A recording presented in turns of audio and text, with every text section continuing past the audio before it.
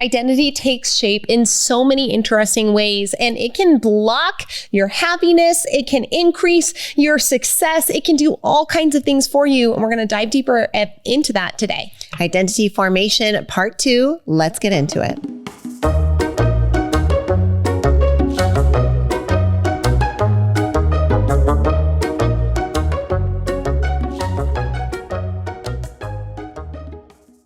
Do you find yourself losing control of your scroll on social media?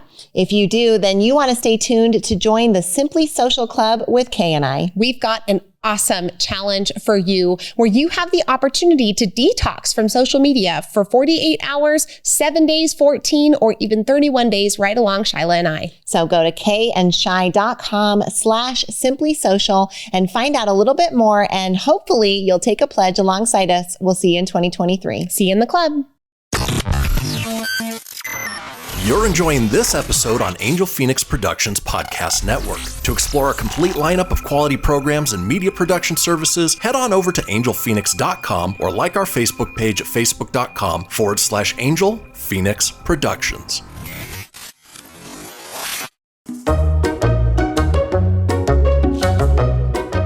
All right, so a couple of weeks ago, we were up in Brookings, Oregon. We had the opportunity to do something really fun. We got to go roller skating. Yeah, it's been a long time. And as soon as we got there, I had forgotten how often I used to go roller skating just as a kid and with our dad. It was something we did a lot. So it was kind of funny leading up to it. I kept saying, I don't think I'm going to skate. Oh, yeah. Shyla kept being like, I'm definitely not going to skate. I still think I'm going to skate. And then we get there, I'm like, I'll skate. And then I tore it up. She tore it up. She's like all the way. And we talked about this for days. She's like, I'm not going to do it. And she gets out there and she's like crisscrossing and passing people and doing, but it was good because our dad is at the point now where he cannot skate. It's just too rough on his knees, but he loves skating. And so I felt like he got to live vicariously through you. I skated for dad. It was tough for his identity as a good skater to not be able to skate in that moment. He did a good job of managing his emotions, but it was interesting to see him getting squeezed at the bump of that identity. Right. Well, speaking of identities around roller skating, you had a really interesting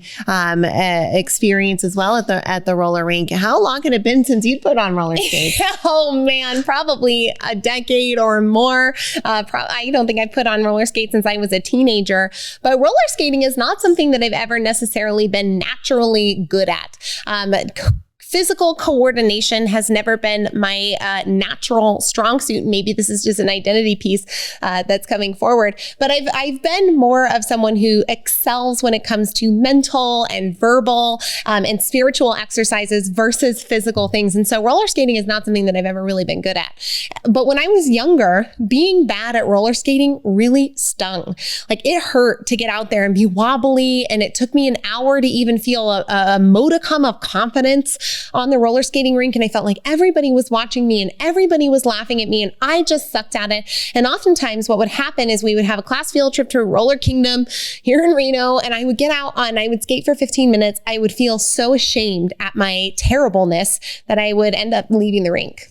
And, I was going to, as you were telling this story and kind of talking about it, I was thinking, you go to the roller skating rink kind of a lot when you're a kid. Like it's a hot place for birthday parties. And I know that because I have kids. So now they get invited to the roller rink. And like, at least here in Reno. Yeah. Like the 6th grade skate night was a big deal for our middle schoolers. So it's definitely something that's around in childhood, and having that identity around that can mean that something that's supposed to be fun for those who say, oh, I'm good at roller skating, or I am the kind of person that enjoys this activity. It would start to induce, anxiety for you and not be an experience that you would look forward to. But all of these days leading up to the roller skating in Brookings, in fact, I think you're the one that brought it forward. Yeah. You were like, hey, there's a roller ring in Brookings. We should go. And you never had any moment of emotion about it leading up to it. And then we get there and we put on the skates and there goes Kay out there wobbling away, kind of awkward and off balance, but doing it with a smile on her face and truly having fun. And honestly, it was a joy to watch. Oh, well, I appreciate that. And what's interesting about this shift is that as a young person, my identity was really formed around being naturally good at a few things. And I think a lot of people with a couple of natural talents have this happen, right? You excel in a few areas and then you think, if I'm not just good at something inherently, then I'm bad. It sucks. It's no fun. I'm unworthy. I can't do it right. So I didn't excel in this area of skating. And as a kid, I attached that to my identity and said, well, then therefore that means that I am bad and I am not worthy. I can't do this. I need to leave the rink. But now I've consciously created an identity, and I've worked really hard over the last 6 years in particular at creating a person that I'm proud of. And there's a lot of work to go. Don't you worry. But in this case, that I've created an identity as someone who can enjoy the process of sucking, because I know that the journey and the experience is fun, right? I started weightlifting in 2018, right after the birth of my daughter, and I sucked at gym stuff, just like sucked so bad.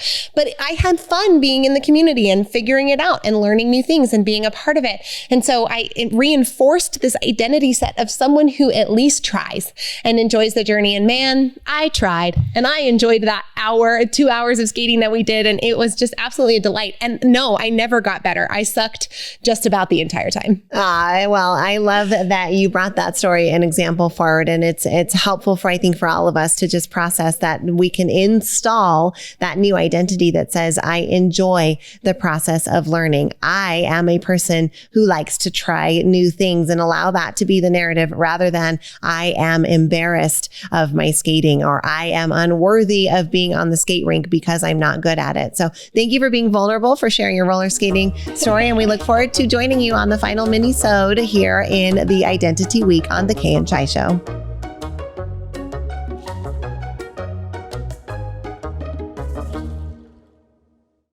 This podcast was a production of Angel Phoenix Productions.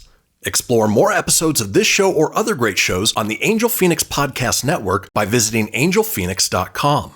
The views expressed in this show do not necessarily represent those of Angel Phoenix Productions or its advertisers, and may contain language that's unsuitable for younger listeners.